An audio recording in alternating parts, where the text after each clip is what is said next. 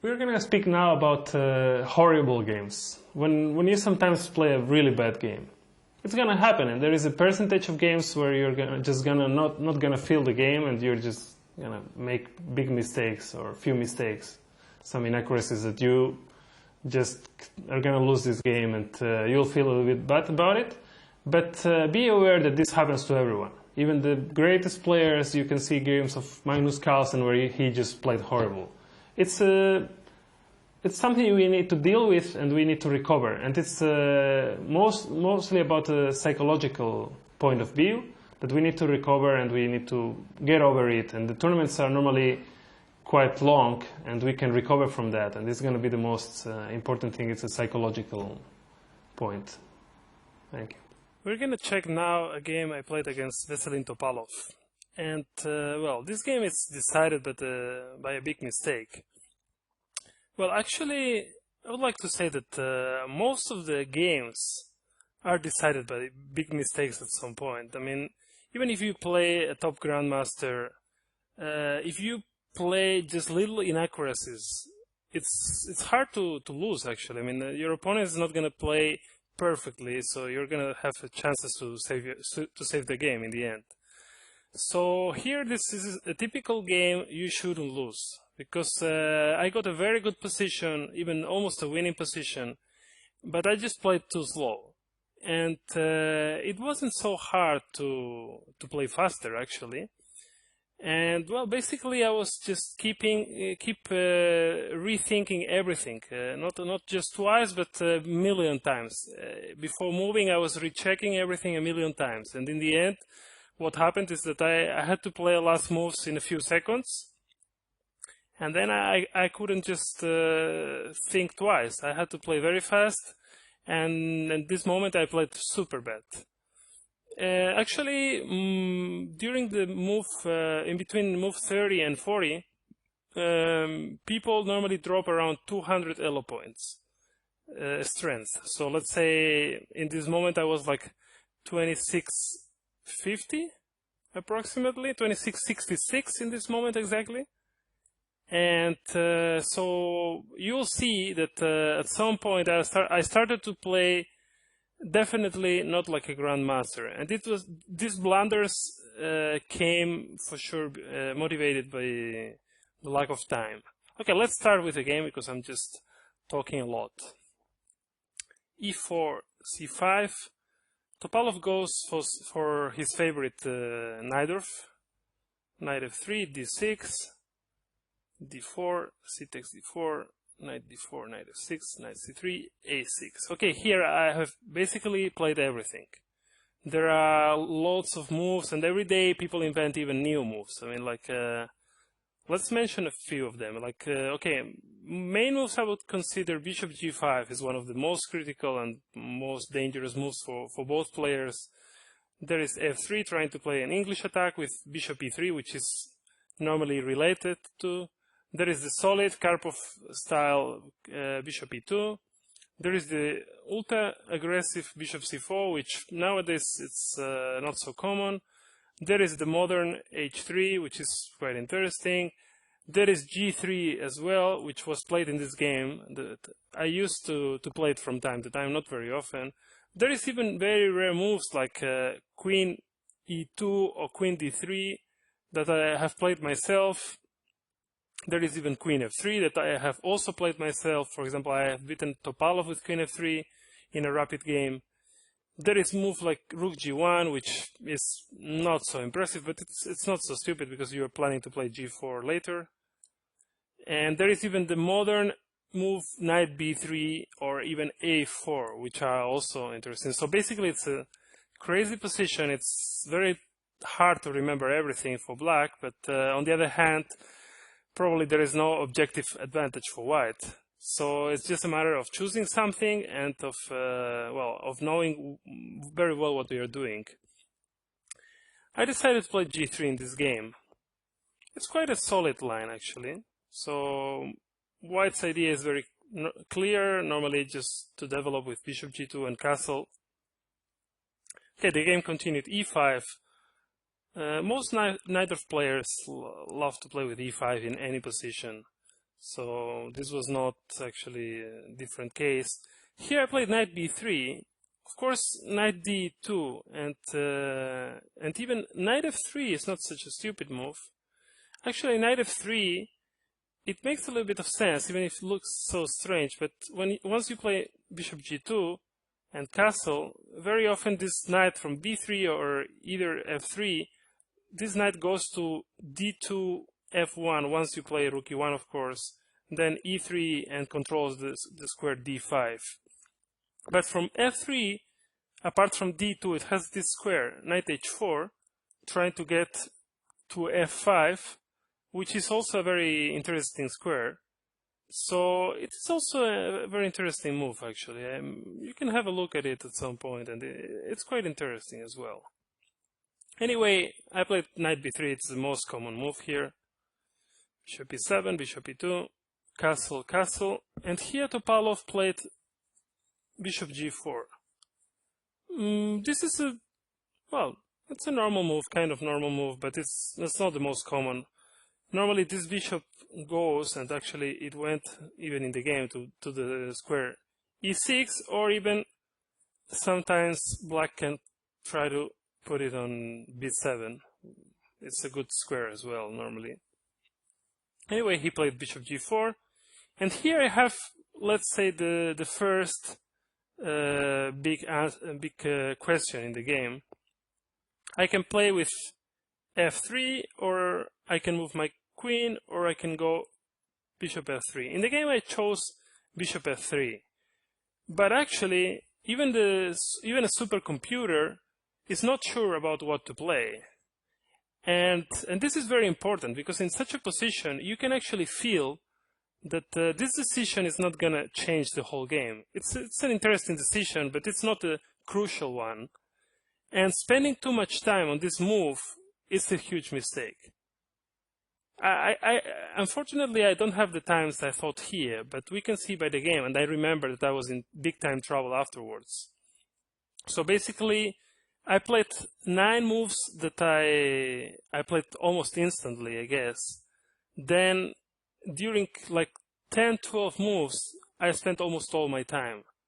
This is definitely terrible for your game. It's gonna cost you lots of points, and this is just one more sample of this. In this move, I think White should not spend more than 4 or 5 minutes. It's already enough. Maybe it's too much even, but not more than 4 or 5 minutes for sure. In a game of 1 hour and 40 minutes per 40 moves, in this kind of games, you normally have like 2-3 minutes per move, approximately. So spending, okay, well, let's say you make 10 moves immediately in the opening, so you gain a little bit of extra time. But on the other hand, spending more than 4 or 5 minutes, in the end, is going to force you to play very fast in the last moves before the move 40. And as I said, most players have trouble between move 30 and 40. Well, so this decision shouldn't take too long. Actually, funny enough, I'm checking a little bit with Stockfish, and this move, bishop f3, is the worst. So probably I have played the worst decision here. The difference is tiny, of course, but still, I thought maybe for 10-12 minutes, and my human brain is basically not strong enough to make a great decision here. So if at some point you don't understand something and you realize it's not a crucial moment, here it's of course not a crucial moment, f3 or queen d3 are perfectly playable. So you shouldn't spend too much time on this decision. Well, this is a normal move, but probably a little mistake in the whole scenario. Bishop e6. Now I played a4. It's a normal move, but again, it's not such a crucial move. Again, you can play rook e1 first, and it's not so terrible. But whatever, a4 is a normal move. But it all depends on how much time you're spending on these moves. And later on, we will see some more modern games that I still keep the score sheet, we will check about how long I'm thinking during the moves, and we'll analyze this a little bit because it's very interesting, and it can help players to save lots of points. A4, knight bd7, rook e1. Actually, I have a very similar game that I have lost with black pieces in the World Cup, and I played a move like queen c7, and then when my opponent played rook e1 and knight d2, I realized the queen on c7 is very badly placed, because in the end it's gonna be in trouble after knight d5 or something. So queen c7 is not such a good idea in these positions. So I played rook e1, he played knight b6, and I went for this plan anyway.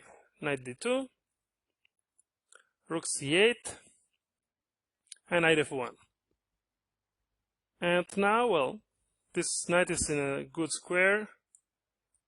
The knight on b6 can jump to c4 sometimes, but by now, if a5, still the a5 pawn might be in trouble, so it's a little dangerous. And now he plays a very good move, rook c5. It's a typical move, of course, because black is preparing to play d5, but on the other hand, well, you can play bishop e3 simply, and you force him to go back with the rook. This is what happened in the game, but the funny thing is that I went into a crazy time travel, and I didn't even repeat moves. So definitely my strategy in the game, my time management was terrible, because I could have played bishop e3, rook c8 and just come back. At least repeat the moves once. Then after rook c5, if you want to play for a win, you can do it from here. But I went immediately bishop g5. And in the end, I lost almost on time. So this is, again, a bad decision, definitely. So I went bishop g5 now. And actually, Topalov went knight c4. But he could have come back, actually. Rook c5 is a very decent move once more.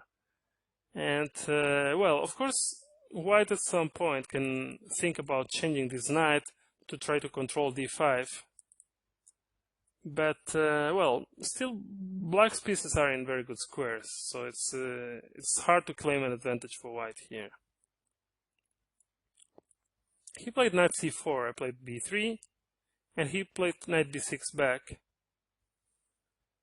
It's a strange decision, probably not a very good one, because now this pawn on b3 is controlling c4 square. It's an important square, and now, of course, the knight is under attack, the c-file is a little bit weak, but on the other hand, well, I think white has a few different interesting options here.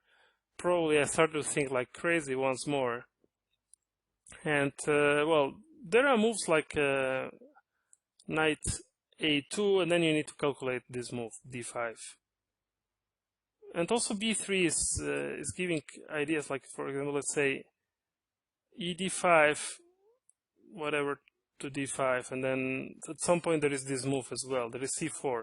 Thanks to the pawn on b3, there is such moves like c4. So this is an idea to keep in mind, because this guy on b7 might be in trouble. Anyway, I played rook e3, which is a normal move, but, well, maybe to go away with the knight was a little bit better. Let's say like it's taking for me a lot of time to make every move, but I'm never really making the best decision. So I could have done a similar game with spending much less time, actually. So I played here rook d3. And now, well, okay, the idea is at some point I can bring the knight as well, or I can take on f6 and the pawn on d6 will be in a little trouble. And this is a strange decision by Topalov, knight c5. Maybe he miscalculated something, because actually he went in trouble very quickly. Maybe he could have played simply rook c6 just to protect the d6 pawn and to maybe to later organize some pieces in a better way, or to play some h6 at some point to ask the bishop on g5, what are you doing? But in any case, he played knight c5, and here, well, it's a very strange decision, because white can just simply take on f6, and, well, if knight d3, bishop e7, there is not so much to calculate. Queen e7, queen d3, and white is winning. We have two knights for a rook, so this is basically winning. So knight d3 is not possible. Gf6 looks really bad, looks really terrible. Any move, rook e3 for example, this king is so weak that it just makes no sense for black. And the game went bishop f6, rook d6, but, well, why to play like this with black? It's a little strange. Probably Topalov missed something, because this is a bad position for black, definitely. He played here queen e8. Maybe he wanted to play something like queen c7, but then knight d5 is super strong. That's the problem. Maybe he missed something like this. And now the problem is after queen d6, knight f6, and the check, and the queen is not defended on d6. So white is winning. So he played queen e8. I played knight d5, and here, well, I'm trying to just take the bishop on f6. He went bishop d8, and we reach a critical moment here. White has a pawn up for a very dubious compensation. In fact, it was a moment where it was very important probably to ask yourself a question. At least it's what I heard, that Karpov style is to always ask yourself, what is my opponent trying to do? And actually here, it's quite easy to realize that your opponent is trying to do nothing. He has no threats. And I just hurried up, no idea why. And I created the problems in my position myself. I mean, nothing is going on here. He's really not threatening much. So I could just simply bring my knight into the game, knight fe3, and this knight can go later to f5 or to c4. And, well, white is almost winning, actually. White is almost winning. It has a pawn up and basically almost no compensation.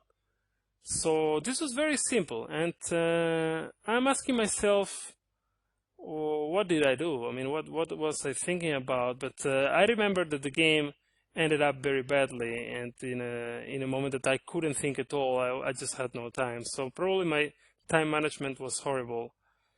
And here, I just hurried up. Maybe also the fact that I was playing a 2800 player. Just, I mean, I was with a huge advantage against 2800 player, maybe number 2, number 3 in the world. And I couldn't believe my eyes, maybe. And this also makes a difference sometimes. When you're not used to play with such players, then you make this kind of mistakes. You want to hurry up the game, you want to finish the game as quick as possible, and in this position it was very simple to just bring the knight, really. Anyway, I played b4, and it's a very strange move, actually. It's a very strange move, because now knight a4 is coming, and what did I think about? What did I miss? Actually, I don't understand, because, well, it's almost 10 years later now that what I was thinking, what did I miss? Which trick was my plan here? Because I don't really understand. Because now I played knight f3, and I just gave a pawn for free. This is a terrible blunder. This is what you can call a blunder, actually. And my opponent started to play a little bit fast here, and he probably was trying to make use of my little time travel already. It's move 24. There is still 16 moves to come till you reach the control. And well, It's very tough to play with little time. It's very easy to make mistakes. Try to play yourself some blitz, and you'll see how many more mistakes you make comparing to a normal game. And here, I totally lost control of the game, actually. After knight fe3, bishop g5 he played. I played bishop g4, which is a bad move, but it's not that easy to realize it's so bad. But still, I mean, position is around equal still. There is not so much going on, but okay, I wanted to force matters a little bit. So bishop g4 came, knight e3, sorry, bishop g4, bishop e3, knight e3 now. Now with knight c3, queen f3, queen e7, and white is much worse already. But he went knight b2. It's a little bit strange move as well. I played queen e2, bishop g4, queen g4, and knight c4. This is trying to change the knights, and after knight c4, rook c4, black has a better structure. These pawns are very safe, and these pawns on b4 and c2, even e4, are very weak. So black is a little better here. But actually, I chose correctly here. I chose knight f5, keeping the knight in the game and in a very good square, in a very dangerous square. This combination of queen and knight are often very dangerous for it's very good attacking pieces. Okay, I'm basically forcing him to play g6, and here I basically didn't play a very nice move, but on the other hand, not that difficult. Rook d7 is a very interesting move. He cannot take the rook because of knight h6, and now the check makes white win the queen on d7, but also knight e7 is coming, and well, this basically forces king h8 or h5 maybe, but there are lots of moves, and for example here a normal outcome will be this draw with queen g5 and queen f6 check. This will be a draw, and by this moment probably it was a good decision for me trying to force the draw, because I had little time, and it's very unlikely something better than that is gonna happen. But look what it happened in the end. I played rook f6. It's a very ambitious move. I'm not really sure what the rook is doing there, but queen g5 and queen h6 at some point, and or queen h4. There are a few little tricks that can come. Topalov plays a very good move, queen d8, attacking the rook. I play queen g5, and here I think he played a little bit for the tricks, but he played with fire here because he could have run into big trouble.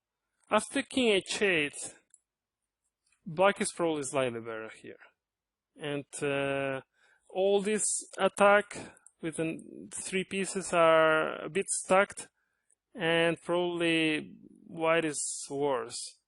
After king h8 is a very good move. But I think he played a little bit for the tricks because I was a little bit in time trouble. So he played knight d2 and gave me the chance to survive. And here I remember seeing this the two options, knight e7 or knight h6. And I just chose the wrong one. It's a pity because I could be even better in this position. Still I had my chance. Okay, knight d2 is threatening lots of things. It's threatening knight e4 and it's threatening knight f3 check, winning the queen. But I have two different checks, knight e7 or knight h6. Maybe some of you already know which is the good move. I chose, of course, the wrong one. Otherwise I wouldn't have lost. Well, knight e7 was correct. The idea is very simple. After queen e7, I take g6 with check, and I collect the queen. And if king h8, I'll go queen e5. And this is a very important move, queen e5, because if you try to take the rook, then knight f3 is winning. Again, a double attack. And I cannot take rook f3 because queen g5. And but queen e5 was good enough. And now I'm threatening to move the rook, something like rook f7 mate. And if knight c4, then there is this move, queen c3. Maybe I missed this one. But I wouldn't have missed this one if I had some time in the clock, because it's not so difficult actually. It's relatively easy. And the problem is that what I did instead of this, which looks just better for white, I gave check on h6, which is terrible. And after king g7, I just realized I'm losing. It's over. Because my rook is hanging now, and I cannot play something like knight g4 because of knight f3. So I gave check back, and he played king h8, and well, I played even queen h4 and resigned at the same time. Because I didn't know what to do, and knight f3 is coming. So the time travel had to be terrible here to make such a terrible move, especially knight h6. I mean, so this is what I was actually speaking about when I said that, okay, we have different chapters, different episodes in this series, but I want to remark that in chess everything is connected. If you play a slow opening, it's gonna end up in a time travel, and it's gonna end up in a blunder.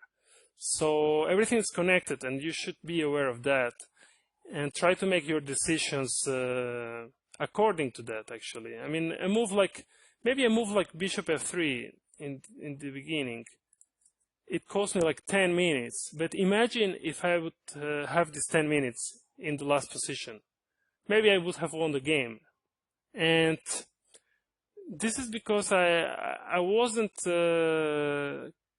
clever enough in this moment to choose correctly.